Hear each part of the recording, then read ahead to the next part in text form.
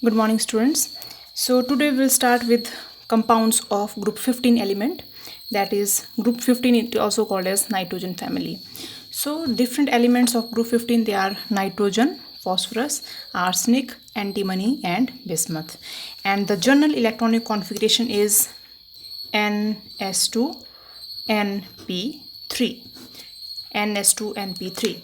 So it is 2s2 2p3, 3s2 3p3 and so on. So outermost shell contains 5 electrons, 2 electrons in the s shell and 3 electrons in the p shell. And you know that p orbital, it is like this. So each orbital is singly filled or it is half filled. So in your syllabus there are hydrides of nitrogen. So we will start directly with the hydrides of nitrogen or hydrides of 15 group elements. You have hydrides of nitrogen and phosphorus in your syllabus. So group 15 elements form different types of hydrides. First type of hydrides are the trihydrides. Trihydrides means M with H3. M can be nitrogen or phosphorus and 3 hydrogens are attached to it. This is called as trihydride. So it is NH3, PH3, ASH3, antimony H3 and bismuth H3. Another type is M2H4. मतलब N2H4, it is called as hydrazine, P2H4, it is called as diphosphine and AS2H4, it is called as diarsine. Nitrogen forms another type of hydride, that is N3H. N3H मतलब 3 nitrogen atoms are linked together and 1 hydrogen atom it's linked to it, and it is called as hydrazoic acid. Is it clear? So now we will start with the hydrides of nitrogen. The first hydride of nitrogen is ammonia, and the formula of ammonia is NH3. So if we start with ammonia, it is prepared in laboratory by the reaction of ammonium chloride and NaOH. It results in formation of NH3 and NaCl. So main interest is NH3, and in industry it is one of the important method for preparation of ammonia and it is called as Haber's process. आपने पहले भी सुना होगा lower classes में, ammonia it is prepared by the Haber's process. Now we will study what is Haber's process. तो in the Haber's process क्या क्या करते हैं हम, नाइट्रोजन और हाइड्रोजन की रिएक्शन करवाते हैं एट 400 डिग्री सेल्सियस और इतना एटमॉस्फेरिक प्रेशर ले लिया हमने. It result in formation of ammonia. ठीक है, नाइट्रोजन और हाइड्रोजन की रिएक्शन से result in formation of ammonia. This is the Haber's process. Delta H इस प्रोसेस में क्या है, नेगेटिव. आपको पता है कि delta H is enthalpy of reaction, की कितनी हीट है इस रिएक्शन की. अब जब डेल्टा एच नेगेटिव होता है तो रिएक्शन कैसे होती है, एक्सोथर्मिक, मतलब large amount of energy is released in this reaction. ठीक है, साथ में इस रिएक्शन में वी यूज कैटलिस्ट, और कैटलिस्ट क्या है इसमें, आयरन ऑक्साइड मोलिब्डेनम के साथ या iron oxide in presence of aluminium oxide, it is used as a catalyst.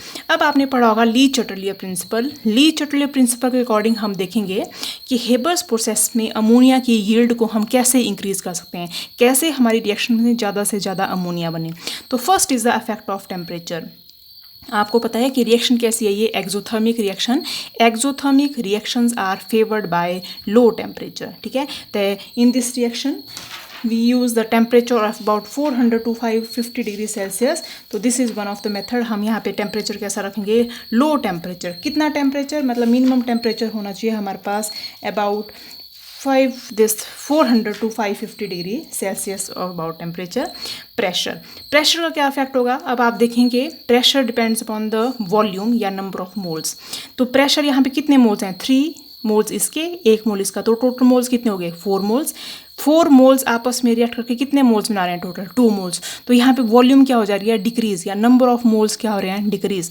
तो अगर आप प्रेशर को इंक्रीज करेंगे तो नंबर ऑफ मोल्स क्या हो रहे हैं यहाँ पे, इस रिएक्शन में नंबर ऑफ मोल्स क्या हो रहे हैं यहाँ पे, डिक्रीज. तो जिस रिएक्शन में नंबर ऑफ मोल्स डिक्रीज होते हैं वो किस से फेवर होती है, it is favoured by high pressure. तो यहाँ पे फॉरवर्ड रिएक्शन में हमें अमोनिया चाहिए. अमोनिया की फॉर्मेशन में नंबर ऑफ मोल्स क्या हो रहे हैं यहाँ पे, डिक्रीज. तो it will be favoured by high pressure. There is decrease in the volume, number of moles are also decreasing, therefore pressure should be high. तो हमने यहाँ पे कितना प्रेशर यूज़ कर दिया है, about 900 atmosphere. It is high pressure. Concentration के ऊपर कैसे डिपेंड करता है, जितनी ज़्यादा मैं रिएक्टेंट की कंसंट्रेशन इंक्रीज करूँगी according to Lee Chatelier principal, उतनी ज़्यादा रिएक्शन किस में डायरेक्शन में जाएगी, फॉरवर्ड डायरेक्शन में.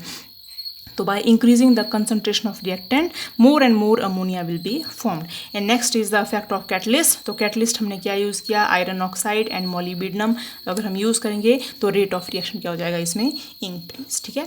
तो next are the physical properties of ammonia. Physical properties में अमोनिया कैसी है, आपने देखा होगा अमोनिया कैसी, अमोनिकल गैस निकलती है कई बार अमोनिया गैस, तो कलरलेस गैस है लेकिन कैसी है, पंजेंट स्मेल, और अगर आप उसके ज़्यादा उसको स्मेल करें तो it will bring tears in your eyes. It is lighter than air, air से हल्की है ये. It is highly soluble in water, water में इजिली डिजॉल्व हो जाती है. और changes into liquid state at -33.35 degree Celsius, ये क्या है इसका बॉइलिंग पॉइंट. और ये हाई कूलेंट यूज़ करती है टेम्परेचर को लो करने में, रेफ्रिजरेशन में यूज़ होती है कई बार. ठीक है. अब आएंगे हम chemical properties of ammonia. Chemical properties of ammonia discuss करने पहले से we will discuss the structure of ammonia. ठीक है. तो स्ट्रक्चर ऑफ अमोनिया में हम क्या देखते हैं, मैंने कहा था कि नाइट्रोजन की आउटर इलेक्ट्रॉनिक कॉन्फ़िगरेशन क्या है, इट इज़ 2s2 2p3. तो 2s2 2p3 can be written like this. 2s contains 2 electron and p contains 3 electrons. It is nitrogen. जब नाइट्रोजन अमोनिया बना देगा तो 2s will remain as such, लेकिन p का जो एक एक अनपेयर्ड इलेक्ट्रॉन है ये क्या हो जाएगा, पेयर. तो एक इलेक्ट्रॉन क्या क्या था अमोनिया की, एक इलेक्ट्रॉन किस किस का आ जाएगा यहाँ पे, एक आ गया हाइड्रोजन का, एक आ गया हाइड्रोजन का और एक आ गया पास हाइड्रोजन का.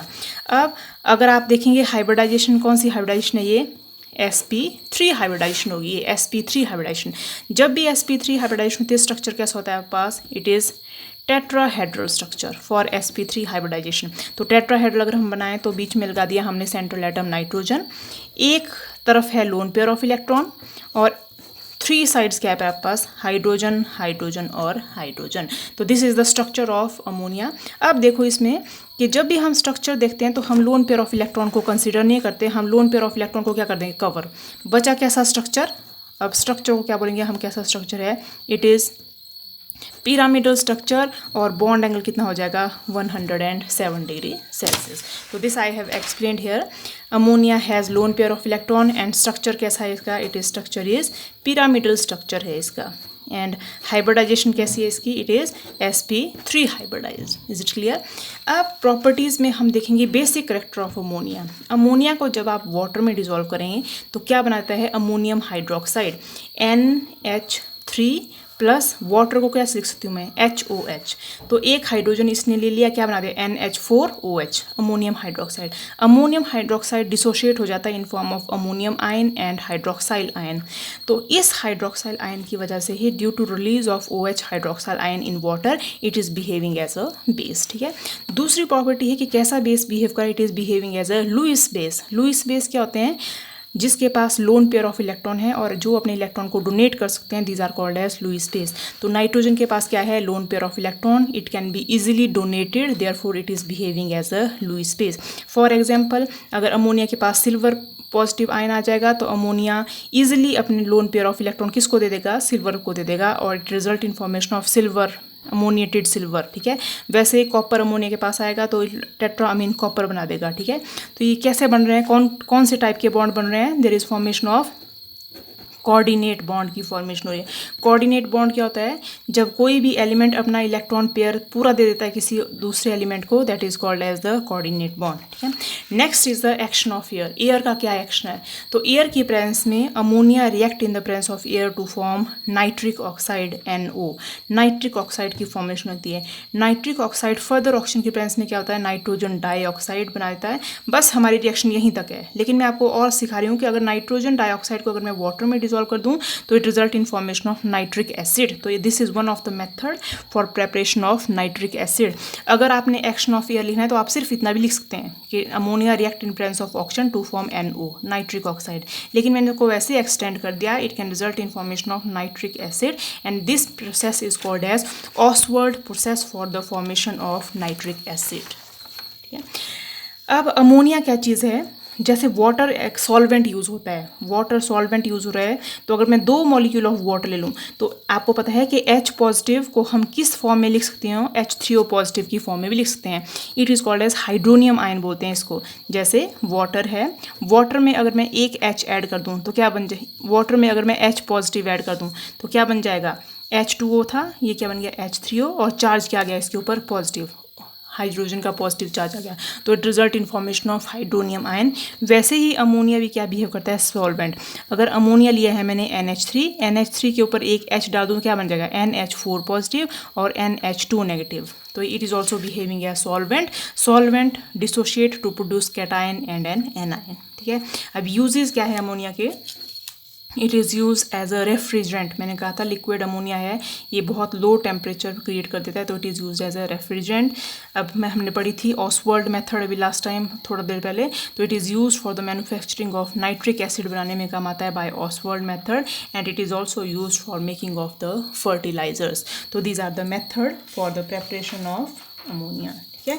तो अब एक और चीज़ है आपके पास, नेक्स्ट जो हाइड्राइड है नाइट्रोजन का, that is hydrazine is one more hydride of nitrogen, N2H4 है hydrazine. Hydrazine it is prepared by Raschig method, both industry में भी और लेबोरेटरी में भी, दोनों एक ही मेथड यूज़ कर रहे हैं। कौन सा, राशिंग मेथड यूज़ करते हैं। इस मेथड में क्या होता है, ammonia it is reacted with sodium hydrochloride. Ammonia when reacted with sodium hydrochloride it result in formation of NH2Cl बनाता है। NH2Cl क्या होता है, क्लोरामीन। क्लोरामीन क्यों बोल रहे हैं इस चीज़ को, अमोनिया क्या चीज़ है, NH3 का मैंने एक हाइड्रोजन रिमूव कर दिया, क्या बन गया, NH2, लेकिन इसमें क्या ऐड कर दिया, Cl, तो था ये अमीन में क्या ऐड कर दिया, क्लोरीन, तो it is called as chloramine, तो therefore it is called as chloramine. तो ammonia when react with NaOCl it result in formation of chloramine and NaOH जो हमने बनाया था, अभी इस रिएक्शन में जो बना, again it is reacted with ammonia से फिर से रिएक्शन हो जाएगी और क्या बना देगा, ये हाइड्राजीन N2H4 बना देगा, ठीक है। तो this is one of the method, Raschig method of preparation of hydrazine. अब एक बहुत इंपॉर्टेंट लिमिटेशन है इस मेथड की, कि जैसे जैसे हाइड्राजीन बनती जाएगी, वो हाइड्राजीन वापस इस अमोनियम क्लोराइड के साथ, क्लोरामीन के साथ रिएक्ट करके फिर से क्या बना देगी, ये अमोनियम क्लोराइड बना देगी। तो बनना तो चाहिए हमारे पास N2H4, लेकिन N2H4 वापस इस क्लोरामीन के साथ रिएक्ट करके क्या बना रहा है, अमोनियम क्लोराइड। तो हमें मिलना चाहिए था हाइड्राजीन, लेकिन हाइड्राजीन जो भी बन रही है वो बैक रिएक्शन कर रही है। तो इस रिएक्शन को प्रिवेंट करने के लिए हम उसमें क्या डाल देंगे, थोड़ा सा जिलेटिन या ग्लू, मतलब गम की तरह कोई सब्सटेंस डाल देंगे। वो गम की तरह सब्सटेंस करेगी, इसको क्या कर लेगी, ट्रैप कर लेगी, और फर्दर इसकी रिएक्शन इससे नहीं होने देगी क्लोरामीन के साथ, ठीक है। तो this is one of the method जैसे हम बनाते हैं हाइड्राजीन। फिर आते हैं हमारे पास प्रॉपर्टीज़ ऑफ हाइड्राजीन, ठीक है। Hydrazine is a colourless fuming liquid. Fuming समझते हैं आप, फ्यूमिंग का मतलब है कि जैसे आपने इसकी बॉटल को ओपन किया, कुछ फ्यूम्स निकलना स्टार्ट हो जाएंगे, तो हमेशा फ्यूम्स निकलते रहेंगे। It is fuming liquid, soluble in water, water में क्या हो जाती है, डिजॉल्व। इसका मेल्टिंग पॉइंट है 2 degree Celsius and boiling point is 113.5 degree Celsius. अब एक्शन ऑफ ईयर, अच्छा, इसकी सबसे इंपॉर्टेंट प्रॉपर्टी क्या है कि it is behaving as a very strong reducing agent. अब रिड्यूसिंग एजेंट क्या चीज़ है, जो औरों को क्या करती है, रिड्यूस, और खुद क्या हो जाती है, ये ऑक्सीडाइज, ठीक है। औरों को रिड्यूस करती है और खुद क्या हो जाती है, ये ऑक्सीडाइज। तो it is behaving as reducing agent. तो औरों को रिड्यूस करना है, ठीक है।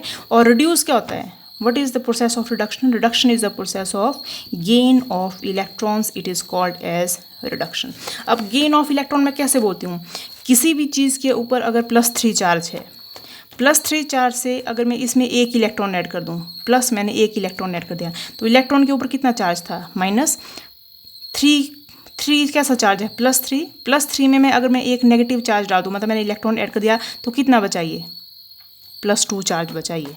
तो मैंने किसी भी स्पीशीज़ अगर उसके ऊपर +3 चार्ज है, उसमें अगर मैं इलेक्ट्रॉन ऐड करती हूँ, रिडक्शन क्या होता है, एडिशन ऑफ इलेक्ट्रॉन को बोलते हैं रिडक्शन। तो अगर मैं इसमें इलेक्ट्रॉन ऐड कर रही हूँ, तो ये किस में चेंज हो रहा है, +2। तो अगर ऐसी किसी स्टेट में ऐसी चेंज हो रही है हाइड्राजीन डालने पे, तो ये किसकी प्रेजेंस में हो रही है, इन द प्रेजेंस ऑफ हाइड्रोजन। तो हाइड्रोजन क्या करा देता है, किसी भी सब्सटेंस को इलेक्ट्रॉन प्रोवाइड करवा देता है, इलेक्ट्रॉन दे देता है ये, ठीक है। तो ये क्या करा देता है, औरों की रिडक्शन करवा देता है, therefore it is behaving as the reducing agent. अब रिड्यूसिंग एजेंट में अगर मैं हाइड्रोजन में ऑक्सीजन डाल देती हूँ, ठीक है, तो जहाँ पे भी हाइड्रोजन रिड्यूसिंग एजेंट यूज होता है, वहाँ हमेशा आप देखोगे नाइट्रोजन इज लिबरेटेड, नाइट्रोजन वहाँ से क्या होती है, लिबरेट। अब एक्शन ऑफ एयर, तो again hydrogen it is behaving as reducing agent.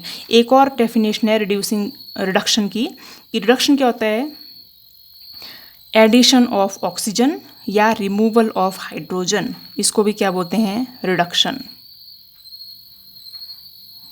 addition of oxygen is called as oxidation, and addition of oxygen it is called as oxidation, and addition of hydrogen it is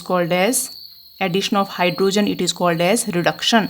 तो यहाँ पे water में मैं क्या add कर रही हूँ, water मतलब ओ में क्या ऑक्सीजन में क्या ऐड कर रही हूँ, ऑक्सीजन में मैंने हाइड्रोजन ऐड कर दी, एच ऐड कर दिया मैंने ओ में, तो एडिशन ऑफ हाइड्रोजन भी क्या चीज़ है यहाँ पे, रिडक्शन. तो N2H4 ने ऑक्सीजन के ऊपर क्या ऐड कर दिया, हाइड्रोजन ऐड कर दिया, तो यहाँ पे क्या हो रही है, यहाँ पे इसकी रिडक्शन हो रही है. तो N2H4 ऑक्सीजन की क्या करवा दे रहा है, रिडक्शन है. तो रिएक्शन क्या है, अगर मैं एयर से इसको रिएक्ट करूँ तो it result in formation of nitrogen and water.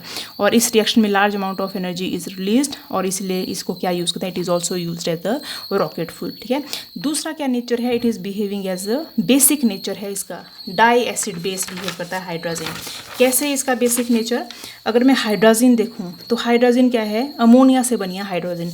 अगर मैं अमोनिया का एक हाइड्रोजन रिमूव कर दूँ और उसके प्लेस पे एक और NH2 लगा दूँ, तो अगर मैं एक हाइड्रोजन रिमूव कर दूँ तो क्या बचा, NH2, और ऐड कर क्या कर दिया इसमें मैंने, एक और NH2.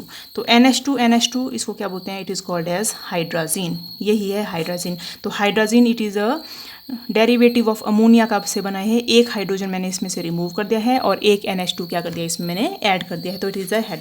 अब हम पढ़ेंगे कि इसका एसिडिक नेचर कैसे है. अगर मैं इसमें HCl ऐड कर दूँ तो HCl ऐड करने से क्या होगा, एक हाइड्रोजन क्या हो जाएगा यहाँ से, एक हाइड्रोजन क्या, हाइड्रोजन NH2 में अगर मैं HCl ऐड कर दूँ, इसमें HCl ऐड करूँ तो इसमें HCl डायरेक्टली ऐड हो जाएगा, एक NH2 एज इट इज़ रह गया. NH2 में मैंने HCl ऐड कर दिया तो यहाँ क्या बन गया, NH3Cl. ठीक है. तो इसको क्या बोलेंगे, हाइड्रोजन मोनोक्लोराइड बन गया ये.